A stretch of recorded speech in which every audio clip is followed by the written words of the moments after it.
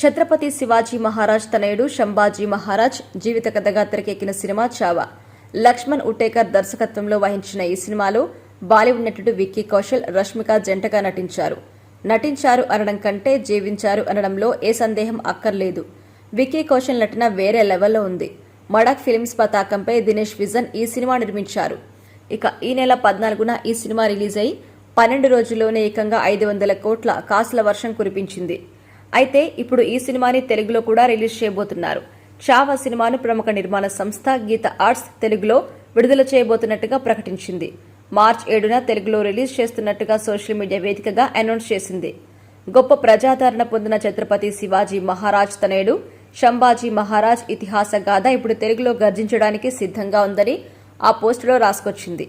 ఈ మేరకు ఒక పోస్టర్ని కూడా రిలీజ్ చేసింది.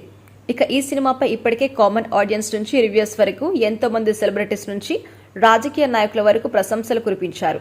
ఇటీవల ప్రధాని నరేంద్ర మోదీ కూడా ఈ సినిమాను మెచ్చుకున్నారు.